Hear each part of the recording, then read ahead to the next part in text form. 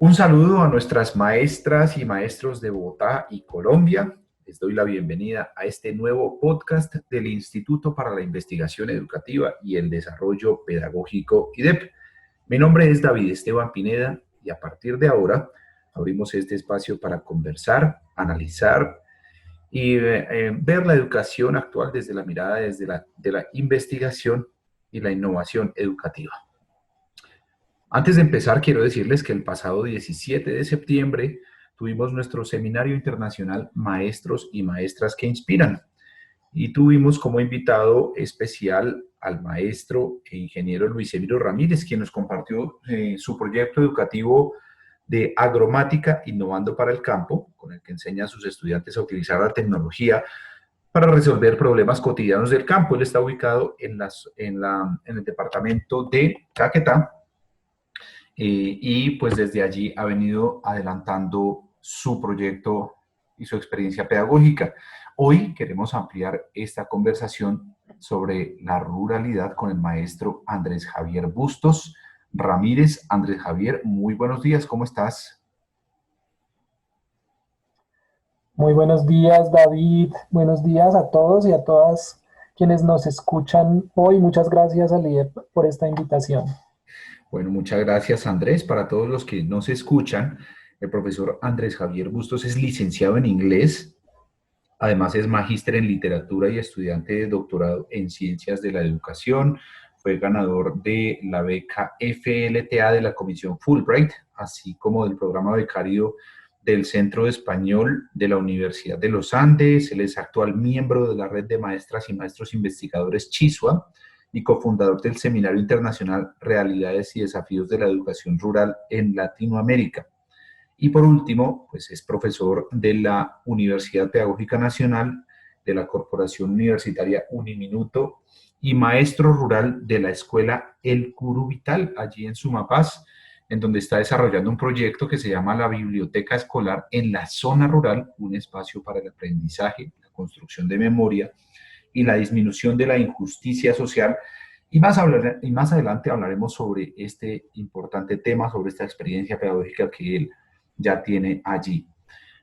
Pero antes, profesor Andrés, quisiera hacerle la pregunta, pues que hoy todos queremos saber, ¿cómo es que se está educando en la ruralidad en medio de la pandemia, que por lo menos en la Bogotá urbana pues, nos ha aislado, ha puesto a los colegios a trabajar de manera virtual, se han cerrado las puertas para docentes, estudiantes y familias, pues porque nos ha puesto en el confinamiento. ¿Qué ha pasado allí en la localidad de Sumapaz, profesor Andrés?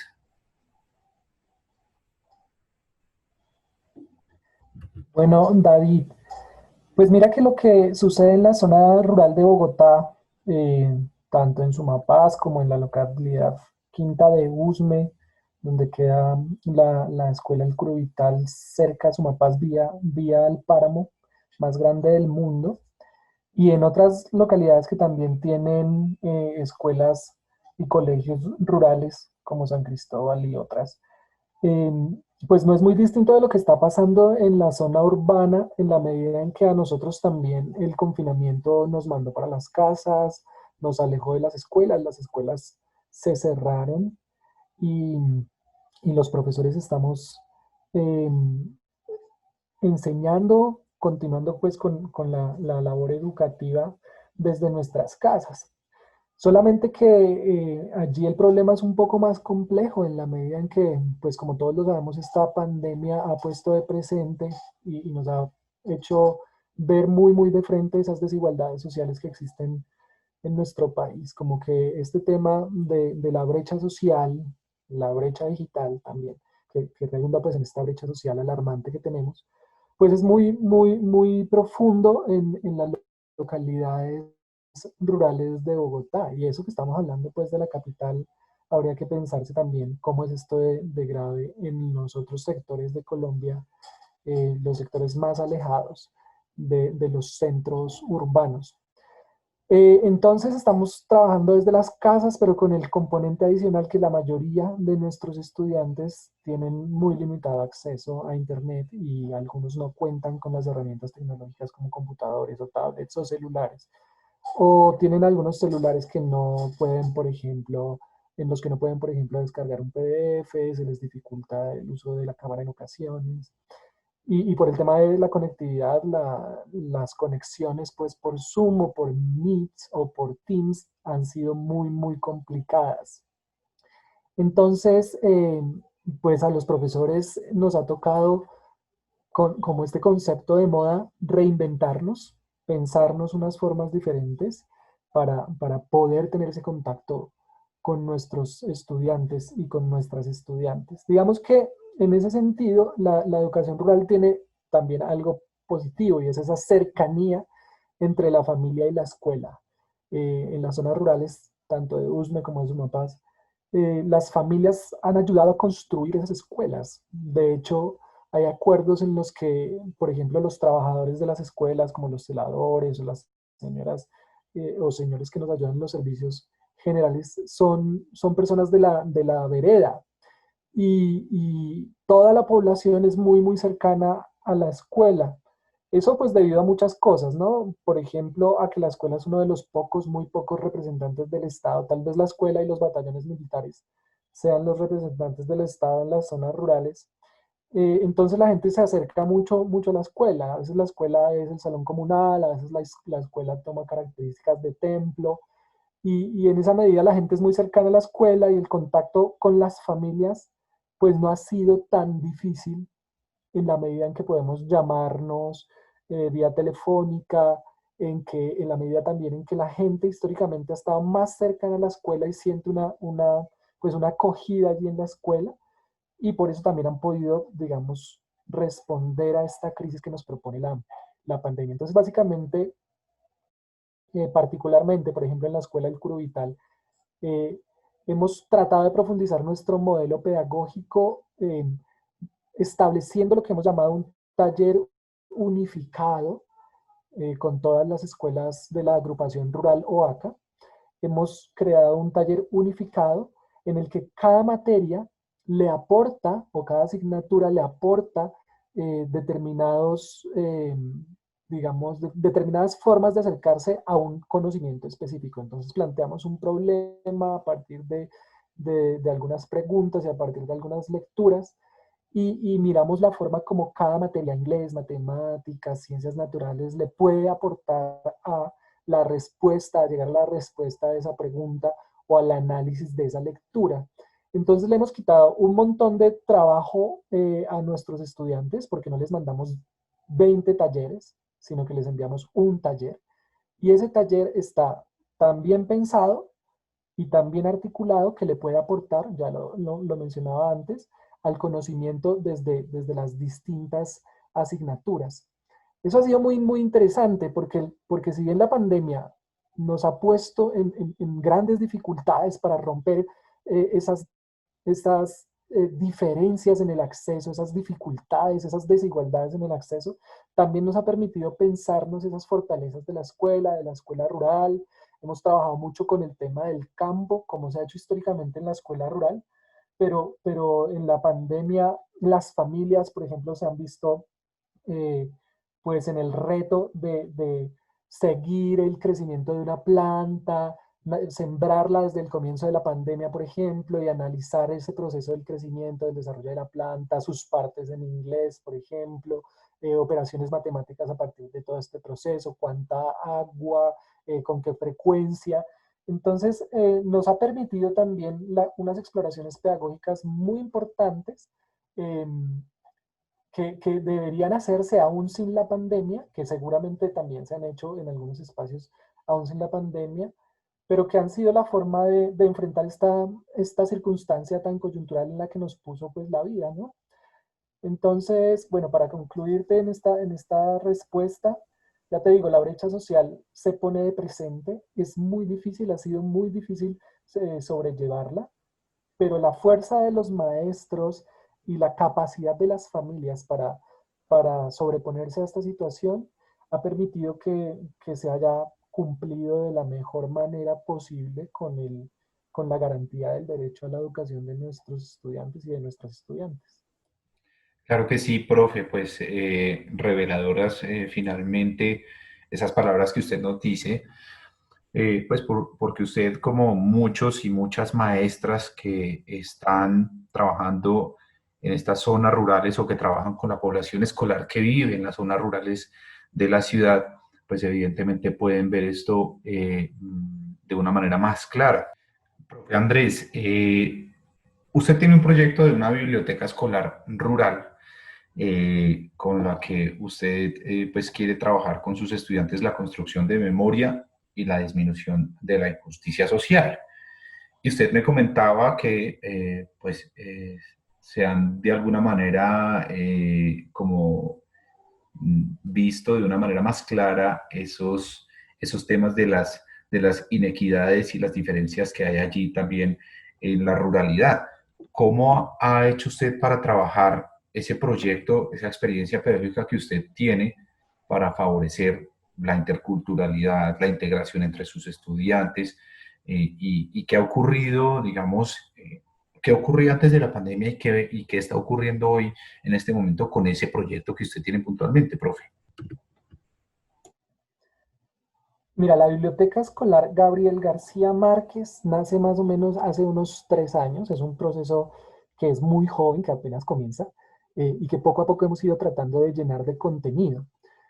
Teníamos un salón, una bodega prácticamente vacía antes, hace varios años, hace bastantes años, cuando estaba aplicándose pues la metodología de la escuela nueva en las zonas rurales en Colombia.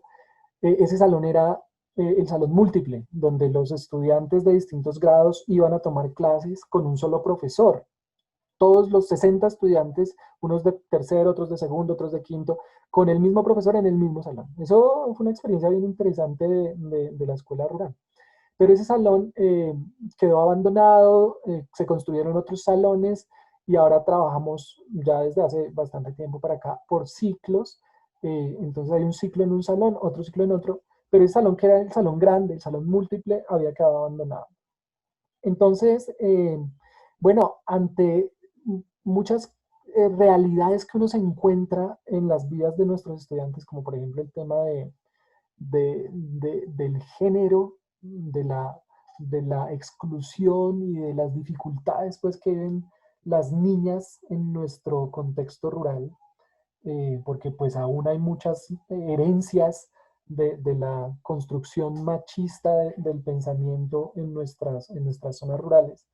Y ante diversos temas, por ejemplo, en términos raciales, en términos de clase, ante la comprensión de la existencia de esas realidades pues, en las familias, en la comunidad, pues nosotros decimos, tenemos que responder también de ciertas formas a estas necesidades que se presentan en la escuela y nos damos a la tarea de pensarnos un lugar en el que saliéramos pues de la cotidianidad del salón tradicional y pudiéramos problematizar a partir de muchas estrategias, por ejemplo, con el uso del arte y procesos lectores, pues que pudiéramos problematizar esas realidades. Entonces pensamos en la construcción de una biblioteca, la alteración del espacio escolar como una herramienta para repensarse la escuela. Hay ejemplos de eso en otros lugares. A mí me impactó mucho, por ejemplo, el Museo Escolar de la Memoria del Colegio Eduardo Santos en la Comuna 13 de Medellín. Ellos son una experiencia casi paralela a la nuestra en términos de tiempo, creo que ellos son un poco más nuevos, pero, pero tenemos un fin similar, ¿no? Como entrar a alterar el espacio de la escuela para que desde ese espacio nuevo también se ejerzan, se ejecuten prácticas nuevas. Ojalá prácticas hacia la construcción de la memoria en nuestro contexto particular de Usme rural, cerca de Sumapaz, y hacia la disminución de la injusticia social. Entonces, allí te puedo decir, por ejemplo, que en términos de disminución de injusticia social, nosotros nos basamos en la propuesta teórica de Mark Breaker. Escribió un libro bellísimo que se llama Literature and Social Justice, ¿no? La literatura y la justicia social. ¿Cómo es capaz la lectura de textos literarios de llevar al sujeto a repensarse sus propias percepciones de la vida y de la realidad, y a partir de ellas, cómo el sujeto mismo empieza a cambiar su forma de actuar en la realidad? Uno no puede pedirle a un sujeto que comprende la realidad de determinada manera que actúe de otra. Nosotros siempre actuamos consecuentemente con la forma como comprendemos la realidad. Esto tiene que ver mucho con los procesos de metacognición que son tan importantes en el ámbito escolar y que vale la pena pues estudiar mucho. Entonces nos ponemos a la tarea de desarrollar unos procesos lectores que tengan que ver con esas posibilidades de alterar las formas de ver la realidad del sujeto. Entonces nos seleccionamos algunos textos, cada vez estamos en esa selección constante y empezamos a leer con nuestros estudiantes en horas, digamos, no propiamente de clase, ¿no? A la llegada, a la salida, o de repente interrumpimos una clase para leernos un texto y lo discutimos y lo problematizamos y encontramos allí empatía con los personajes y lo comparamos con la realidad que vivimos todos, ¿no? La que viven ellos en su zona rural, la que vivimos nosotros también allá en la zona rural o la que vivimos nosotros acá en la zona urbana. Y entonces, a partir de ese ejercicio de la búsqueda de la empatía, empezamos a ver cómo las actuaciones de nuestros estudiantes también empiezan a variar en la realidad. Entonces hay disminuciones de conflictos, por ejemplo, ¿no? Hay variaciones en el uso del lenguaje, un lenguaje que se vuelve un poco más inclusivo, menos excluyente, ¿no? A nosotros nos enseñaron socialmente a rechazar, a menospreciar a distintos grupos sociales, ¿no? A las mujeres, a los afrodescendientes, a los indígenas, ese pensamiento también muy colonial que impuso pues la supremacía patriarcal y nosotros somos los llamados también desde la escuela a enfrentar esas prácticas que no hacen sino multiplicar la dominación y la injusticia. Por eso nosotros decimos que desde la Biblioteca Escolar Gabriel García Márquez buscamos la disminución de la injusticia social, porque a partir de unas prácticas metodológicas pensadas, basadas en unas teorías específicas, tratamos de enfrentar esos fenómenos que se nos han enseñado socialmente y que nos llevan a actuar de forma incorrecta o defectuosa más bien en la sociedad. Entonces, bueno, por ese lado te hablo del tema de la injusticia y la disminución de la injusticia, pero también estamos pensando, ya arrancamos con un proyecto, digamos, embrionario, pero pretendemos profundizarlo, la constitución de un semillero audiovisual en el que hagamos ejercicios documentales desde el video para recoger la memoria histórica. Ya tenemos una colección de entrevistas a los celadores de la escuela, que ya te digo que hacen parte de la comunidad, pero también a padres de familia, a profesores y profesoras que han estado ahí hace muchísimo tiempo, como es tradición pues en las escuelas rurales. Tenemos una serie de entrevistas que van a ayudarnos a construir un documento. Ya vamos a pensar alianzas con otras instituciones rurales, desde el Curuvital, por ejemplo, con el Colegio Rural El Ubal, también de Usme, con colegios de Sumapaz, que hemos hecho lazos de amistad muy cercanos con el Juan de la Cruz Varela, por ejemplo, y otros, para construir un documento a largo plazo, pensémonoslo para el año entrante, a final de año quizás, que recoja gran parte de la memoria histórica de este sector. Entonces, es pensarse la educación como que sea capaz de enfrentar estos temas que están propuestos incluso por los ODS, los Objetivos del Desarrollo Sostenible, en términos de disminución de la desigualdad, en términos de educación de calidad, bueno, etcétera. Entonces, bueno, esa es la apuesta, esa es nuestra apuesta desde la Biblioteca Escolar Gabriel García Márquez, que ya casi cumple 3 años, y que ahorita en temas de pandemia nos ha servido un proyecto que también impulsamos desde allá, que es la construcción de un diccionario sociocontextual bilingüe.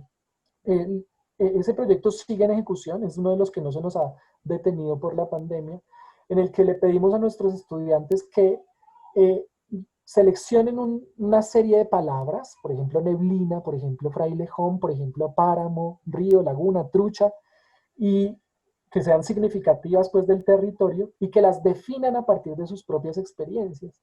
Eso ha sido muy interesante porque, por ejemplo, nos cuentan anécdotas con el gato y nos dicen por qué el gato es importante en la casa y qué se ha vivido con relación al gato. Entonces no es buscar ese significado del diccionario, sino es construir ese significado a partir de la experiencia y estamos haciendo este proceso tanto en español como en inglés, lo cual ha sido pues una experiencia bien interesante y se mantiene en la pandemia. Qué bueno, profe, porque eso me hace recordar, hubo un estudio que el Instituto IDEP hizo en 2018 que hablaba digamos, sobre la memoria histórica y la educación para la paz en la localidad de Sumapaz. Y entre distintos fenómenos que ellos explicaban allí en este estudio que se hizo, eh, hablaban acerca de una problemática que tiene que ver con el fenómeno de despoblamiento de la zona y la migración de los jóvenes a las ciudades, a la zona urbana de las ciudades. Y ahora que usted menciona pues ese proyecto que usted está trabajando con sus estudiantes, quisiera yo preguntarle dos cosas. Primero, ¿qué están pensando sus estudiantes en estos tiempos? Un estudiante que vive en el campo, pero que está atravesando la mitad de una pandemia y que tiene, digamos, una serie de condiciones que vive allí, pero también sus sueños, una cantidad de cosas ahí atravesadas. ¿Qué están pensando sus estudiantes en este momento? Y por otro lado, eh, ¿por qué cree que está pasando este tema del despoblamiento, de esa migración de los jóvenes de allí y cómo o qué posibilidades usted ve en la educación rural para que ese fenómeno, digamos, se revierta de alguna manera? Eh, bueno, voy a empezar por la segunda parte. Mira que ese estudio del que tú hablas del IDEP abordó tres temas particulares, o más bien logró concluir que habían tres problemáticas particulares en la educación rural en Bogotá, particularmente en Sumapaz, porque ese estudio fue desarrollado desde el Juan de la Cruz Varela y otros colegios grandes allá de Sumapaz. Y esos tres temas gruesos eran el tema de la inclusión, de la calidad de la educación y de la convivencia. Esas eran las problemáticas que más aparecían allí como relevantes. En temas de inclusión, por ejemplo, hay un problema muy grave, que es el tema del transporte. Ese problema pareciera que cada vez es menos grave, pero no es tan así. ¿Por qué se creería que es menos grave? Pues porque ahora hay una serie de rutas escolares que llevan a los estudiantes hasta la escuela, que los recogen por las veredas y asimismo los llevan hasta su casa en las horas de la tarde. Eso es muy, muy importante, ¿no? Que estén estos procesos de las rutas.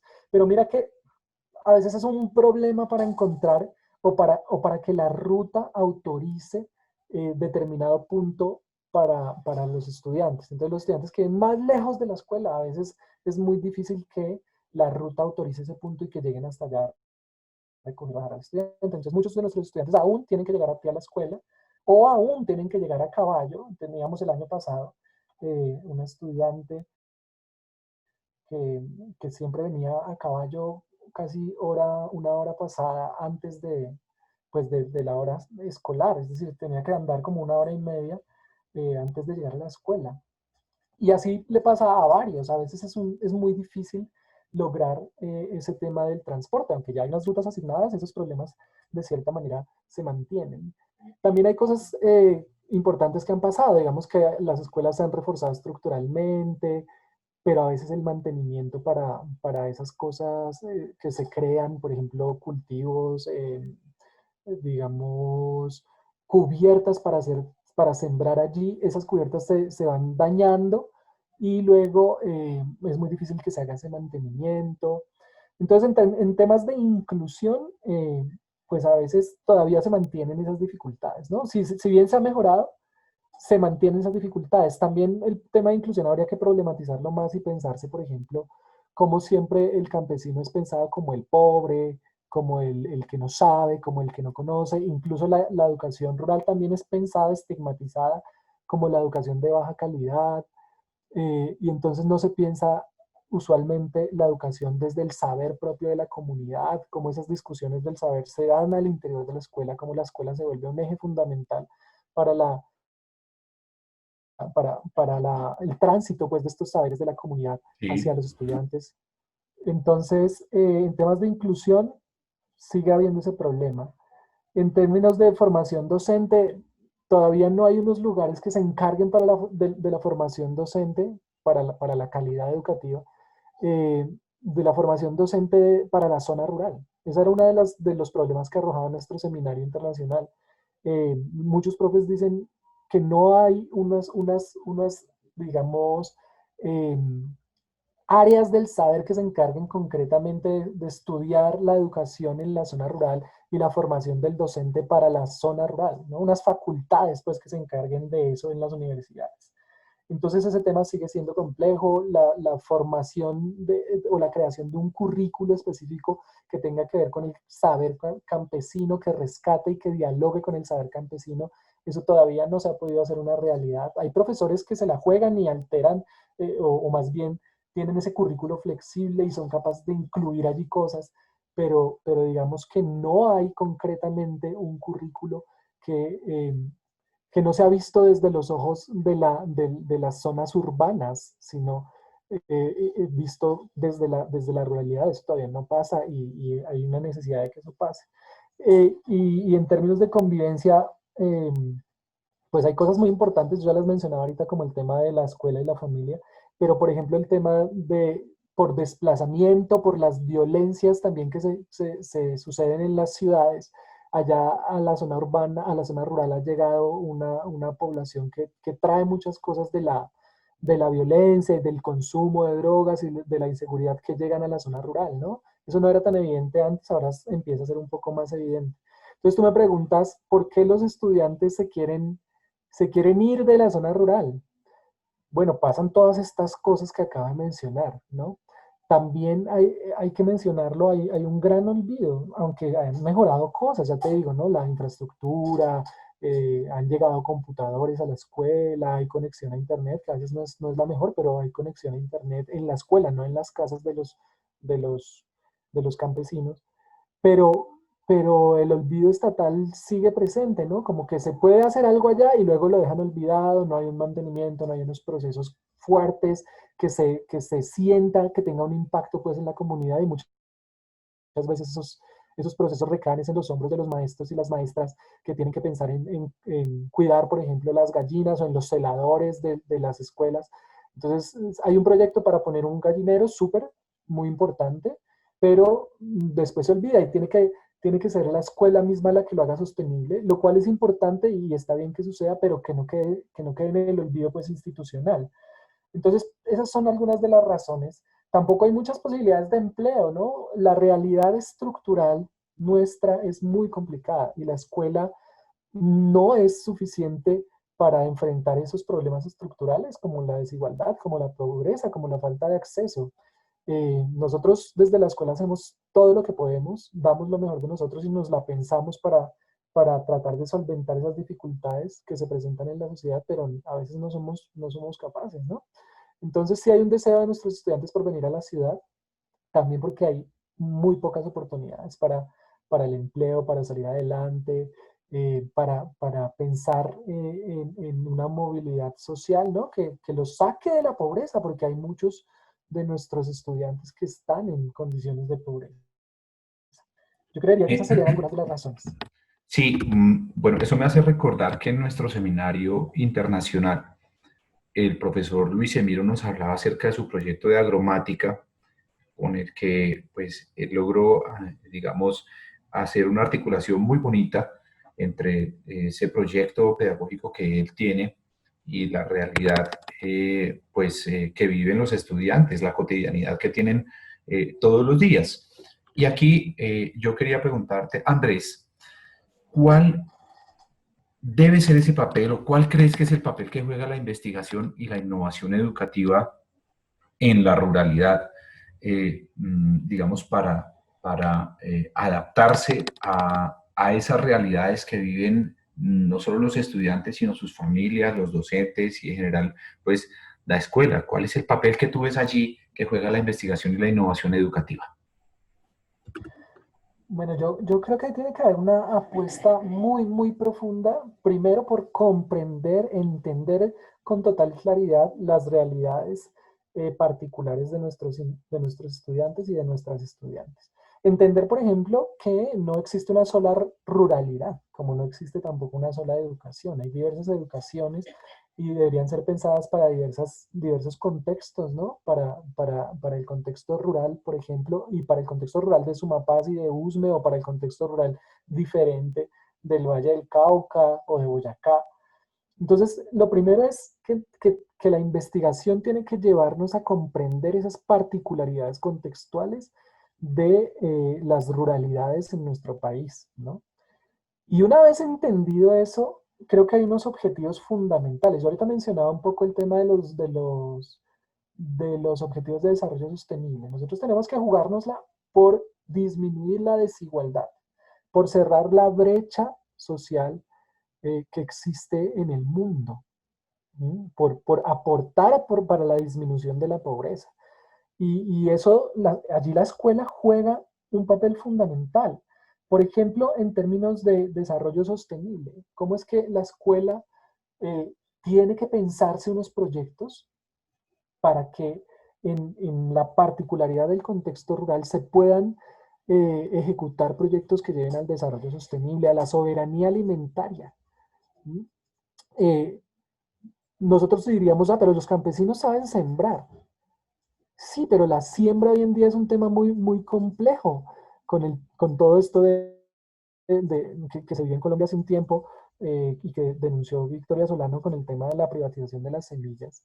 Eso, digamos, como si hubiera un deseo porque el campesino mismo no pudiera ejecutar sus prácticas ancestrales, ¿no? Aquí, digamos, hay que hacer que se ejecuten las prácticas ancestrales, pero además hay que ayudarle al campesino a entender que puede llegar a ser aún más productivo en el mismo territorio utilizando ciertas técnicas que le permitan que su cultivo sea mejor o, digamos, tener más ganancias con su cultivo. La escuela debería también abordar ese tema sobre la soberanía alimentaria, pero no pensado solamente para obtener el capital, sino también cómo la comunidad misma, y ahí nos toca es pensar desde la comunidad hacia la escuela, ¿cierto? Esos saberes de la comunidad, cómo la comunidad misma se aportan unos a otros, cómo volvemos a fortalecer esos lazos de la comunidad desde la escuela, porque estamos en la sociedad que nos ha puesto a la competencia total,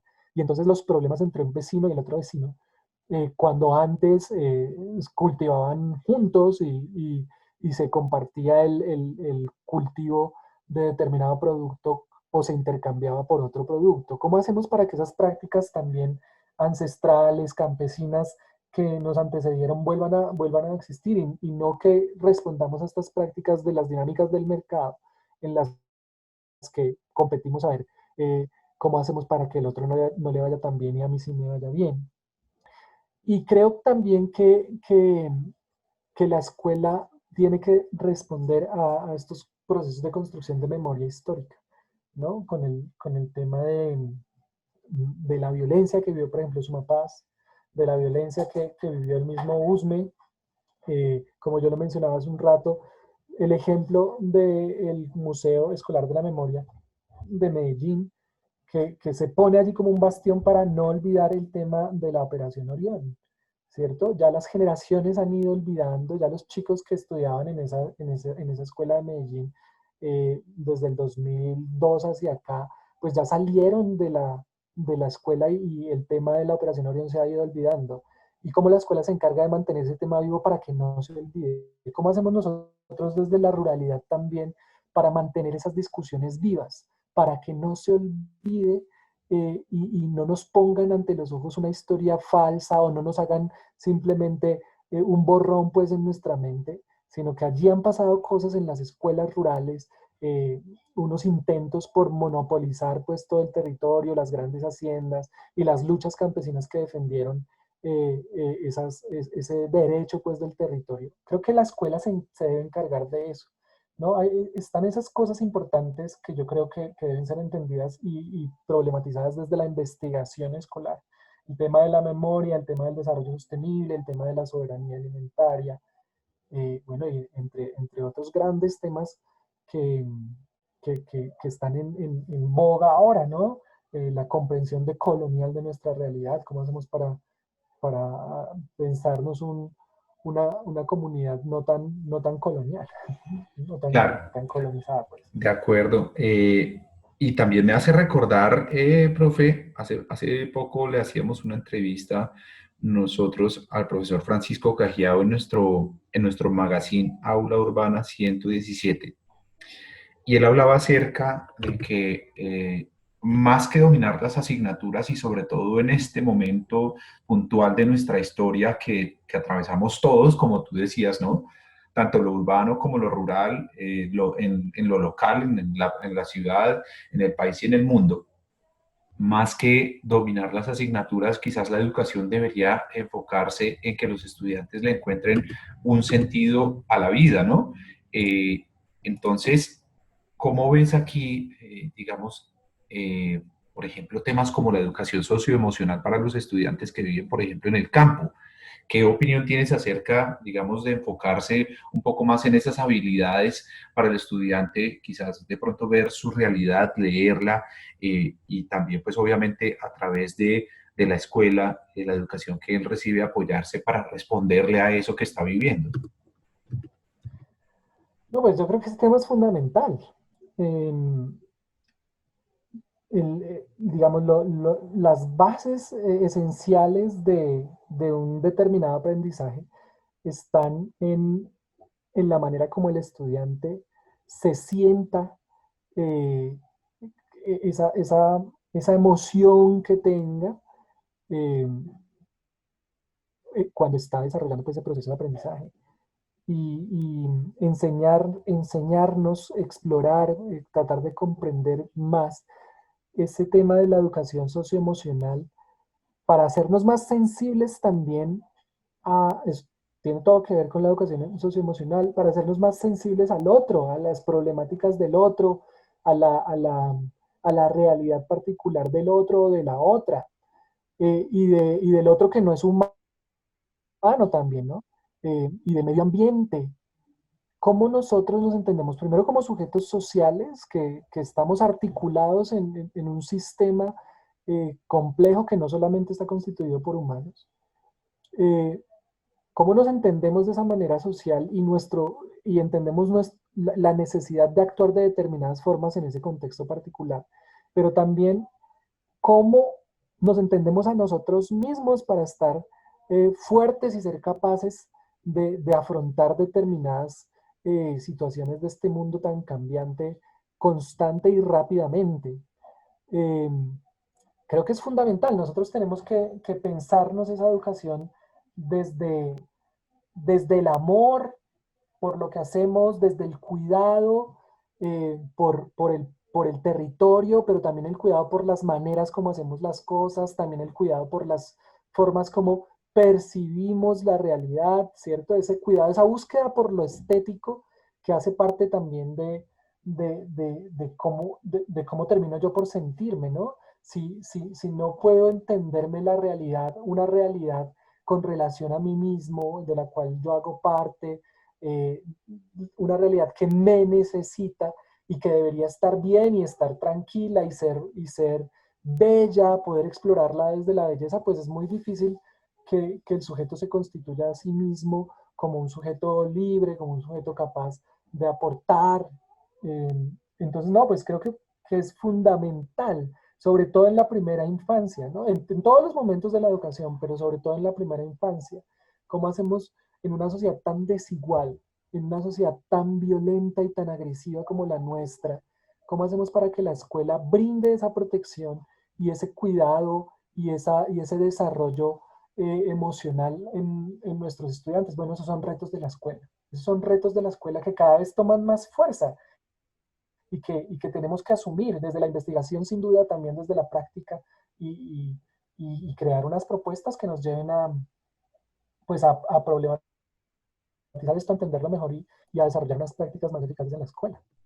Bueno, pues sin lugar a duda, profesor Andrés, ese es un propósito que están buscando muchísimos maestros y maestras en Bogotá, inclusive usted mismo a través de su proyecto, de ese bello proyecto de la Biblioteca Escolar Gabriel García Márquez, y en el trabajo diario con sus estudiantes para que haya esa transformación de la realidad, de la ruralidad, de ese fortalecimiento de la identidad, bueno, y lograr revertir, digamos, un poco esas problemáticas que históricamente han venido sucediendo y que hoy, en el marco pues, de esta pandemia, se nos hacen más visibles y también pues, que nos llaman a trabajar unidos y pues desde la educación, ¿no? Que es un eje que moviliza, que transforma, que cambia, que transforma la vida y pues obviamente las dinámicas de la ciudad.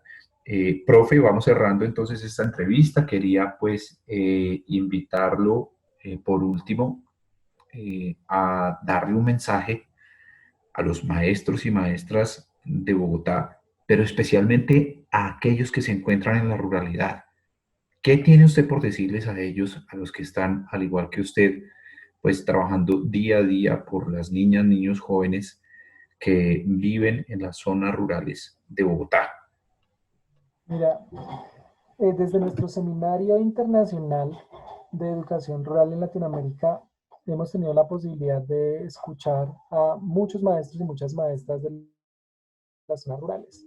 Y una de ellas en Argentina, desde la Patagonia, nos decía, es que la educación tiene que ser como la luz del sol, que llegue a todos y a todas partes, que sea para todos y llegue a todas partes. Ella estaba citando a alguien que no recuerdo justo en este momento, pero me parecía bellísimo eso que ella mencionaba. Eh, ese puede ser uno de los mensajes de cierre, como que tenemos que pensar nuestra educación para todos y para todas y durante toda la vida, durante toda nuestra existencia. Nunca dejamos de aprender. Acá se pensó la educación solamente para unos primero, luego para unas determinadas edades, y no, la educación tiene que ser para todos y para todas durante todos los momentos de la vida. Eh, También pensábamos en nuestro seminario que la educación es un ejercicio de la libertad, pero debe ser entendida en un contexto particular y como un ejercicio político. Acá en Colombia se nos enseñó a pensar que no podíamos abordar el concepto, nunca ni lo diga, pues el tema de político en el aula y ha sido un gran error. Nos ha hecho una sociedad irreflexiva, una sociedad con un discurso muy pobre, muy elemental en términos políticos, una sociedad casi ciega que ha siempre hecho elecciones a partir de lo que les han dicho los grandes medios de comunicación, con un pensamiento crítico muy elemental o casi nulo, ¿no? En grandes sectores pues, de la población. Yo creo que la educación tiene que encargarse de eso. También de abrir nuevamente la discusión política, de permitirse unas discusiones políticas profundas que nos lleven a construir un mundo mucho mejor. Y finalmente invitar a todos los maestros y a las maestras bogotanas y colombianas y de donde nos escuchen a que nos la juguemos por la educación. Una de las experiencias muy bellas que nos enseñaba también nuestro seminario rural, nuestro seminario internacional de educación rural, es que, por ejemplo, en Uruguay han logrado enfrentar la pandemia de una forma distinta porque estaban un poco más preparados que en otros sectores de Latinoamérica, también por su condición geográfica y poblacional, ¿no? Pues no ha sido tan complejo como en otros países. Sin embargo, los maestros y maestras uruguayas nos dan un ejemplo muy interesante en términos de ese compromiso con lo que tiene que ser la educación. Eh, Tenemos que jugárnosla por la educación, definitivamente. Es el camino, no vamos a poder cambiar la realidad, pero como diría Catherine Walsh, si tenemos la posibilidad de hacer unas grietas que sean muy significativas y que nos lleven a entendernos la realidad desde otras ópticas, desde otras miradas. Entonces, bueno, esa es la invitación a los maestros y a las maestras y un agradecimiento muy especial al IDEP por este espacio y bueno, que sigamos pensándonos la educación. Profesor Andrés Bustos, pues el placer ha sido nuestro, el gusto de tenerlo conversando a usted en este episodio de este podcast de VIDEP, pues para nosotros es muy significativo y esperamos verlo pronto avanzando pues también con esa linda experiencia que usted tiene en la ruralidad de Bogotá. Nos despedimos de todos nuestros maestros y maestras, de todos los que nos escuchan y los invitamos a seguir conectados a nuestras redes sociales, en el Twitter, @IDEP Bogotá DC, en el Facebook IDEP.Bogotá. Y también recordarles que pueden estar, pues, al enterarse y estar al tanto de todas nuestras noticias y nuestros anuncios a través de la página www.idep.edu.co. Muchas gracias y nos vemos en una próxima ocasión.